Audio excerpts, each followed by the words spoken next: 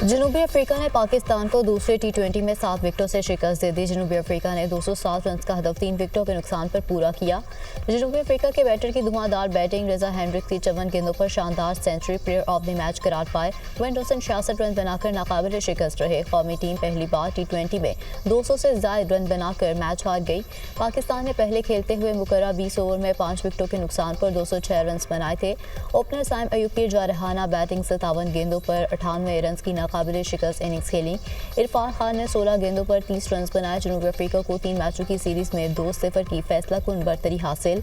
टी20 series में कौमी team को क्लीन स्वीप से बचाने का चैलेंज दरपेश। पाकिस्तान और साउथ अफ्रीका में तीसरा टी20 मैच आज खेला जाएगा। कप्तान कौमी टीम मोहम्मद रिजवान कहते हैं कि टी20 सीरीज हारने पर मायूसी हुई, तीसरा मैच जीतने की कोशिश करेंगे।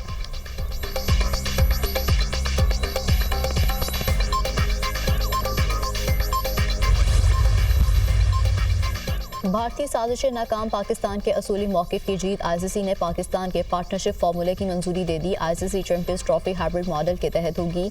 आज आईसीसी की जानिब से बाज़ाब्ता ऐलान किए जाने का इम्कान। चैंपियंस ट्रॉफी पर आईसीसी और भारत ने पीसीबी की तमाम शराइत मान ली, भारतीय मीडिया का दावा। आईसीसी मीटिंग आज दोबारा होगी, मज़ीद पेशरफ मुतवक्के। भारतीय टीम चैंपियंस ट्रॉफी में अपने मैचेस दुबई में खेलेगी। पाकिस्तान और भारत के दरमियान असूली मुआहदा तय पा गया।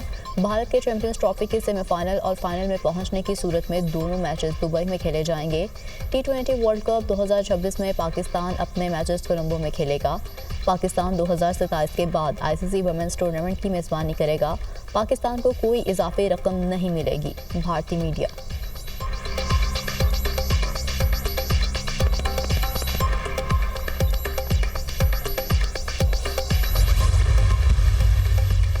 कराची एयरपोर्ट पर भारतीय मुसाफिर तैयारे की इमरजेंसी लैंडिंग। सिविल एविएशन के मुताबिक भारतीय निजी एयरलाइन की परवाज़ दिल्ली से जद्दा जा रही थी। पाकिस्तानी फ़ज़ाई हदूद में एक मुसाफिर की तबीयत ख़राब हुई।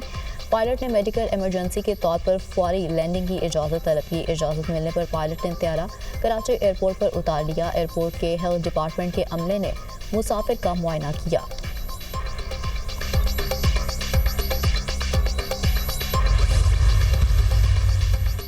सुप्रीम कोर्ट ने फौजी अदालतों को फैसला सुनाने की इजाज़त दे दी। आईनी बेंच ने फौजी अदालतों को 85 मुल्ज़िमान के फैसले सुनाने की इजाज़त दे दी।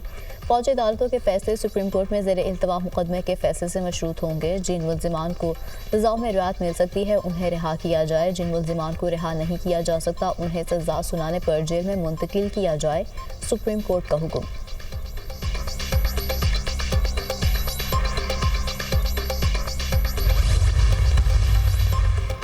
सुप्रीम कोर्ट के फौजी अदालतों के फैसले के बाद बानी पीटीआई का सियासी चैप्टर अब क्लोज है। बानी पीटीआई कमर बाजवा पर मलबा डालकर फैसल मीत को बचाना चाहते हैं।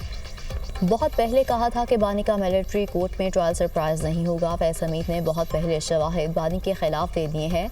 बानी पीटीआई का मिलिट्री कोर्ट में ट्रायल तो होगा। Laptop, video, audio recording, planning समेत बहुत से शवाहिद हैं। मौलाना के साथ मामलात को हल कर लिया जाएगा। साबिक वफाकी वज़ीर सेनेटर फैसल वावडा की दुनिया न्यूज़ के programme tonight with Samar Abbas में गुफ्तगू।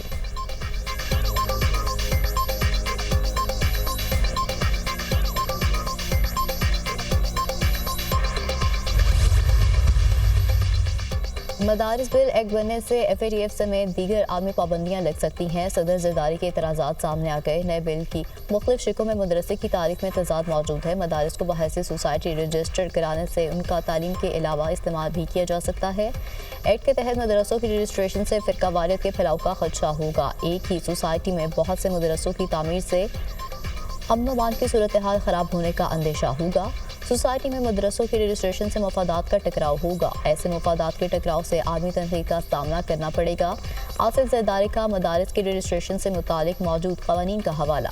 पाकिस्तान मदरसा एजुकेशन बोर्ड ऑर्डिनेंस 2001 और Islamabad capital territory trust act 2020 का भी हवाला। दोनों एक्ट की मौजूदगी में नई कानून साजी मुमकिन नहीं हो सकती, सदर मुमलिकत का एतराज़।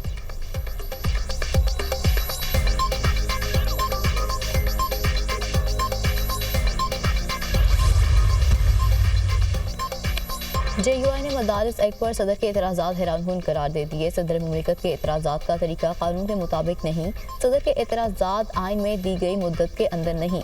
मदारिस बिल में कोई तजावीज़ और हल नहीं बताया जा रहा। लगता है कि अवान सदर बैरूनी दबाव का शिकार हैं। तर्जुमान JUI असलम खौरी।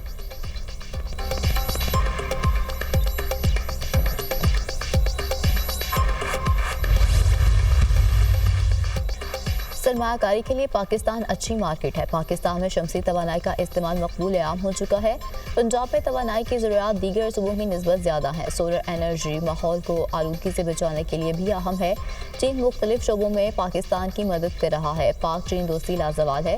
वज़ीर आला पंजाब मरियम नवाज का जिनको सोलर कंपनी के इजलास से खिताब। वज़ीर आला पंजाब मरियम नवाज से BGI जेनोमिक्स के सदर की मुलाकात। मरियम नवाज ने BGI जेनोमिक्स को पंजाब में रिसर्च सेंटर कायम करने की दावत दी।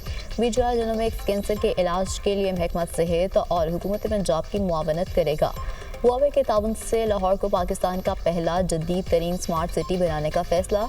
वज़ीर आला पंजाब मरियम नवाज से हुआवे गवर्नमेंट अफेयर्स के सदर की भी मुलाकात।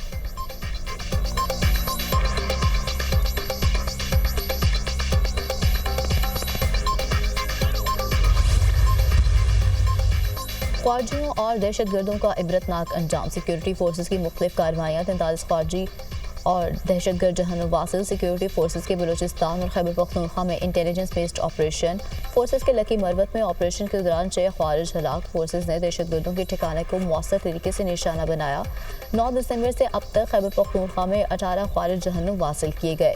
मूसा खेल और पंजगुल में कार्रवाइयों में 10 दहशतगर्द मारे गए।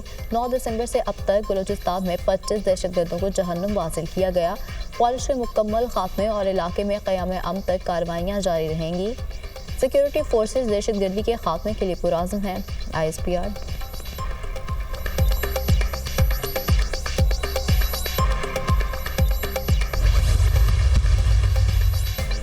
और इसराइल की शाम में जारी दारुल हुकूमत दमिश्क में निजी होटल पर हमला। होटल में सहाफ़ियों समेत अहम शख्सियात मौजूद थीं। अरब लीग के शामी इलाके में इसराइली बफर जोन की मजम्मत। शाम में इसराइली कब्जे के खिलाफ करारदाद पास। अरब लीग का सलामती काउंसिल से इसराइली इक़दामात पर हंगामी इजलास का मुतालबा। सऊदी अरब और बरतानिया शाम में अमन की खातिर हर मुमकिन मदद जारी रखेंगे।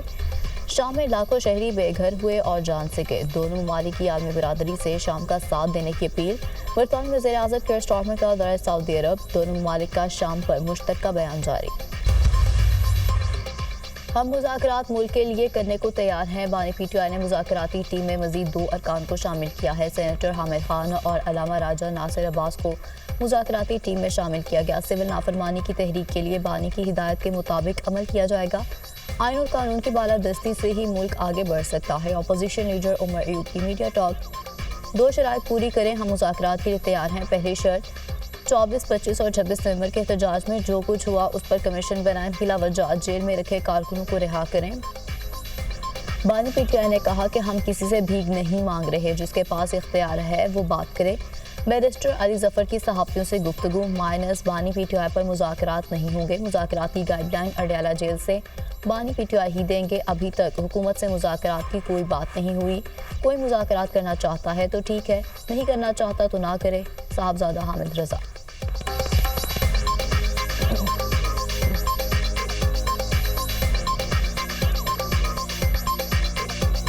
और हम देखें अभी तक तो मुज़ाकराती अमल आगे नहीं बढ़ा। मुज़ाकरात को जो गाइडलाइन है वो अडयाला जेल में बैठे इमरान खान साहब ही देंगे और अगर आप उन्हें बाहर रख के या माइनस करके मुज़ाकरात करना चाहते हैं तो ऐसे मुज़ाकरात हमारे लिए काबिल अमल नहीं होंगे। जब वो ये क्लेम करते हैं कि हम पुरअमन हैं, हम सिविलियन हैं, हम सियासी जमात हैं, हमारे हुकूक हैं, सियासी जमातों के हुकूक होते हैं। ये काम करने वाले जो लोग होते हैं ये सियासी जमातें नहीं होती हैं और ना उनके कोई हुकूक होते हैं। यहाँ बड़ी बड़ी जमातें रही हैं, PMLN है, पीपल्स पार्टी है, बड़ी तकालीफ भी हुई हैं। एक पार्टी के सरबराह को फांसी चढ़ा दिया गया। किसने ये काम किए हैं जो आप कर रहे हैं? एक हाथ में तलवार थामकर दूसरे हाथ से मुसाफा नहीं हो सकता। अपनी गैरायतें मांगने और पाकिस्तान को नुकसान पहुंचाने के मंसूबे साथ साथ नहीं चल सकते। PTI अपने कंधों पर नया बोझ ना डाले, पहले ही बहुत है। सियासी जमातों के कारकुनों के हुकूक होते हैं। पुरअमन जमातें कभी मुल्क की सालमियत पर हमला नहीं करती, ना ही इमलाक को जलाया जाता है। खुद को सियासी कहने वाली जमात अपने ये की सजा भुगत रही है। इससे कबल भी सियासी कायदीन को सजाएं हुई, फांसी हुई, मगर इमलाक को नुकसान नहीं पहुँचाया गया। सेनेटर इरफान सिद्दीकी की गुफ्तगू। अगर PTI वालों ने फॉर्म 47 वाला मौक़िफ़ बदल लिया है तो हम मुज़ाकरात करेंगे। फैज़ हमीद ने रिटायरमेंट के बाद भी बानी की सहूलतकारी की। चार्जशीट तब मुकम्मल होगी जब बानी PTI और साकिब निसार भी चार्जशीट होंगे। तलाल चौधरी।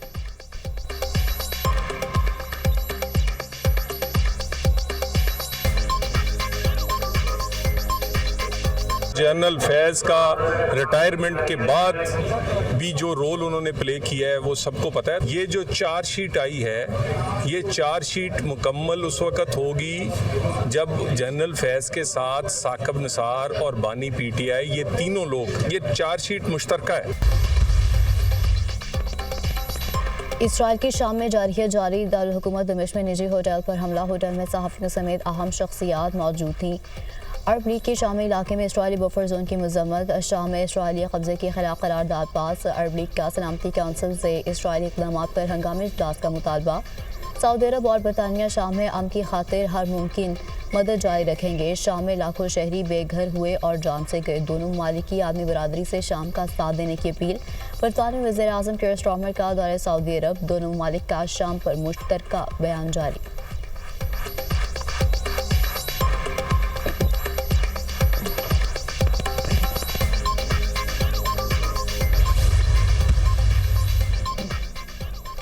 गजा में इसराइली मुजाहिरीन का सिलसिला थम ना सका। नुसरत कैंप पर इसराइली हमले में शहीद फ़लस्तीनियों की तादाद 33 हो गई। इसराइल की नसर और सबरा में भी खौफनाक बमबारी। जानी नुकसान का खदशा से होनी फोर्सेस का गजा के मुताबिक मकामात से फ़लस्तीनियों को नकल मकानी का हुक्म। अमरीकी कौमी सलामती के मुशीर जैक सल्वान की इसराइल आमद। तल अवीव में अमरीकी कौंसलेट के सामने शहरियों का एहतजाज। मुजाहिरीन का कहना है कि नेतन्याहू की हुकूमत ने हमें तनहा छोड़ दिया। अमरीका से गिरगमालियों की रिहाई का मुतालबा।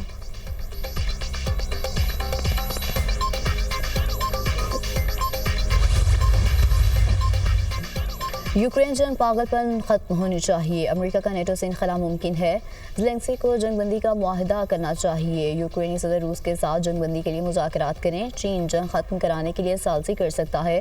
दुनिया हमारी तरफ देख रही है। यूक्रेन की फौजी इमदाद कम करूंगा। रूसी सदर पुतिन को अच्छी तरह जानता हूँ। ये काम करने का वक्त है। नौमुंतखब अमेरिकी सदर डोनाल्ड ट्रंप।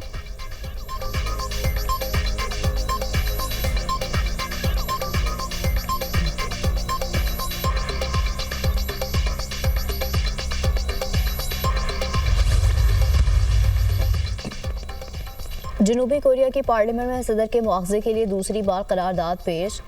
यूएनसी यूएल के खिलाफ करारदाद हिज़्ब इख्तिलाफ की जानिब से पेश की गई। दारुल हुकूमत में सदर यूएनसी यूएल के खिलाफ रैली। मुजाहिरीन का यूएनसी यूएल से इस्तीफ़ा देने का मुतालबा। कम मुद्दती मार्शल लॉ के लिए से वज़ीर दिफा से बात की। मुल्क मुखालिफ क़ुव्वतों को रोकने के लिए मार्शल लॉ लगाया। जनूबी कोरिया के सदर का बयान।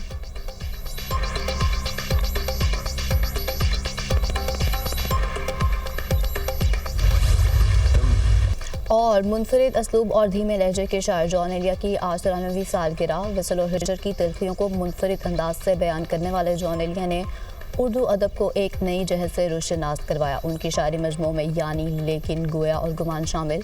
जॉन एलिया की शायरी को मुआशरे और रवायात से खुली बगावत से इबादत किया जाता है। बरजुस्ता कलाम, सादा ज़बान और अछूते मिजाज की वजह से जॉन एलिया आज भी मदाहों के दिलों में जिंदा हैं।